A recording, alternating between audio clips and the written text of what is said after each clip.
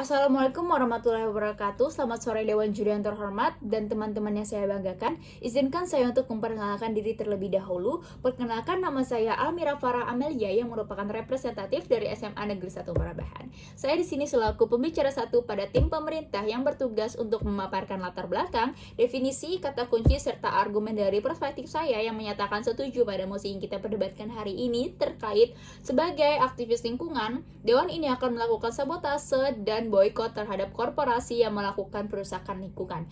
Dewan Juri yang terhormat, saya akan mengambil 3 kata kunci yang ada pada mosi tersebut. Yang pertama, aktivis lingkungan. Aktivis adalah orang-orang yang memperjuangkan visi misi yang diyakininya sesuai dengan kepentingan organisasi. Aktivis lingkungan mempunyai visi misi melakukan upaya penjagaan keseimbangan lingkungan. Yang kedua adalah sabotase. Sabotase adalah tindakan perusakan yang dilakukan secara terencana, disengaja, dan tersembunyi terhadap aktivitas tersebut. Yang ketiga adalah korporasi. Korporasi adalah suatu perusahaan yang diakui secara hukum berdata. Koperasi berbentuk kumpulan organisasi profesi atau perusahaan yang berbadan hukum dan non-berbadan hukum. Upaya pelestarian lingkungan menjadi kewajiban setiap warga negara tanpa terkecuali. Jika lingkungan terjaga dengan baik, maka keberlangsungan hidup umat manusia juga semakin terjamin. Terlebih lagi untuk aktivis lingkungan yang sangat menjunjung tinggi akan pelestarian lingkungan dan melarang penuh melakukan perusakan lingkungan dengan alasan apapun tanpa menanggulanginya.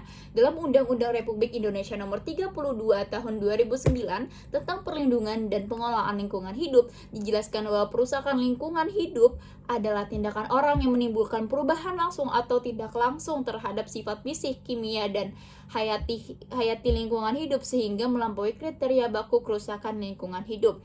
Perusakan lingkungan adalah disintegrasi bumi atau kerusakan lingkungan karena penipisan atau konsumsi sumber daya yang ada di dalamnya seperti udara, air, dan tanah. Dewan Juri yang terhormat, perlu kita sama-sama ketahui hal yang melatar belakangi mosi kita pada hari ini adalah kasus perusakan lingkungan yang dilakukan oleh korporasi atau perusahaan yang tidak bertanggung jawab.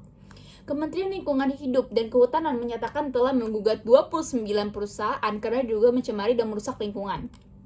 Direktur Penyelesaian Sengketa Lingkungan Hidup, Jasmine Regil Utomo, merinci total pembayaran kerugian lingkungan yang disetor ke kas negara itu mencapai 128 miliar rupiah. Pencemaran dalam bentuk apapun, baik itu udara, air, dan tanah, itu akan berbahaya bagi lingkungan.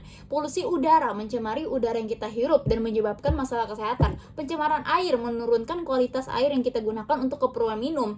Pencemaran tanah mengakibatkan degradasi permukaan bumi akibat aktivitas manusia. Dengan hal itu masih saja banyak perusahaan yang merusak lingkungan, contohnya dengan membakar hutan dan lahan di Indonesia dan meninggalkannya secara diam-diam yang pastinya akan berpengaruh terhadap masyarakat yang tinggal di daerah tersebut dan bahkan bisa membahayakan keberlangsungan hidup warga setempat. Sebelumnya saya akan memberikan batasan masalah untuk perusakan lingkungan hanya untuk jenis karhutla atau kebakaran hutan dan lahan. Dewan Juri yang terhormat, kita akan langsung lanjut ke argumen saya. Perihal sebagai aktivis lingkungan, Dewan ini akan melakukan sabotase dan boykot terhadap korporasi yang melakukan perusakan lingkungan. Dari segi aktivis lingkungan itu sendiri, sudah sangat jelas sebagai orang-orang yang sangat akan sayang dengan lingkungan akan merasa marah kepada oknum-oknum yang merusak lingkungan, khususnya korporasi atau perusahaan yang tidak bertanggung jawab tersebut. Para aktivis menduga pembakaran hutan dan lahan dilakukan oleh perusahaan tersebut adalah untuk membangun suatu proyek yang membutuhkan lahan yang lapang. Maka dari itu, perusahaan membakar hutan daripada menebang hutan tersebut yang lebih membutuhkan waktu dan biaya, tetapi hal itu tidak bisa dibenarkan sama sekali. Dewan Juri terhormat, hal tersebut sudah menjadi resiko para perusahaan untuk memikirkan ketersediaan lahan untuk suatu proyek, bahkan bukan mengontrol secara diam-diam dan tiba-tiba. Padahal para perusahaan bisa melakukan cara untuk meminta izin kepada penjabat terkait untuk perpindahan hutan atau menanam kembali pohon-pohon di lahan, karena pada dasarnya perusahaan tidak boleh menebang hutan sembarangan atau bahkan membakarnya sekalipun. Dalam segi masyarakat pun akan menerima dampak dari perusakan lingkungan tersebut. Yang pertama, hilangnya hutan yang merupakan sumber oksigen mereka. Dan yang kedua, malah masyarakat akan menghirup udara yang buruk, yaitu polusi yang disebabkan abu dari kebakaran lahan tersebut. Polusi kebakaran hutan dan lahan yang dilakukan oleh perusahaan tersebut bisa menyebar luas, bahkan sampai ke kota-kota tetangga.